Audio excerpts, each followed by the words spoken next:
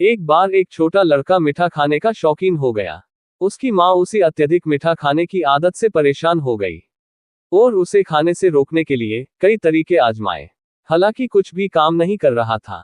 पास के गांव में एक बुद्धिमान व्यक्ति रहता था जिसका सभी लोग सम्मान करते थे। इसलिए उसने अपने बेटे को उस बुद्धिमान व्यक्ति के पास ले जाने का फैसला किया, इस उम्मीद में कि उसका बेटा उसकी बात सुनेगा। माँ अपने बेटे को लेकर एक बुद्धिमान व्यक्ति के पास लेकर गई।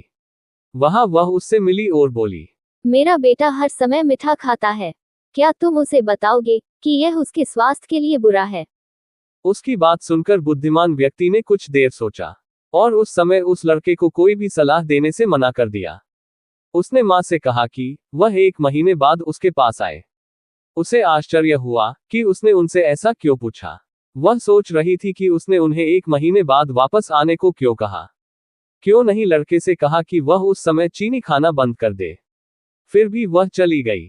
बाद में वह बुद्धिमान व्यक्ति के पास लौटी और इस बार बुद्धिमान व्यक्ति लड़के को सैर पर ले गया और थोड़ी देर बाद वापस लौटा। उसने लड़के की तरफ देखा और कहा, लड़के, तुम्हें चीनी खाना बंद कर देना चाहिए, क्योंकि ये स्वास्थ्य के लिए अच्छा नहीं है। लड़के ने सिर हिलाकर वादा किया कि वह अब कभी नहीं चीनी खाएगा। इसके बाद माँ अपने बेटे के साथ चली गई। कुछ दिनों बाद वह बुद्धिमान व्यक्ति के पास लौटी और बोली, आपकी मदद के लिए धन्यवाद। लड़के ने आपसे किया अपना वादा निभाया है और तब से उसने चीनी नहीं खाई है। वह इस बात को लेकर उत्सुक थी कि संत को अपने बेटे को ये बताने में 1 महीने का समय क्यों लग गया। इसलिए उसने संत से पूछा, जब मैं पहली बार आपके पास आई थी तो आपने मेरे बेटे को उसी समय चीनी खाना बंद करने के लिए क्यों नहीं कहा?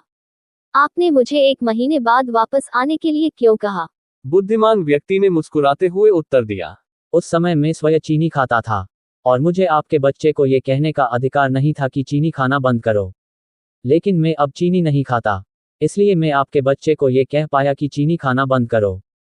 नैतिक शिक्षा किसी व्यक्ति का उदाहरण सिर्फ शब्दों से कहीं ज्यादा शक्तिशाली होता है। जब हम किसी व्यक्ति से कुछ करने के लिए कहते हैं तो हमें भी उसे खुद करना चाहिए। हमेशा सुनिश्चित करें कि आपके कार्य आपके शब्दों से मेल खाते हैं।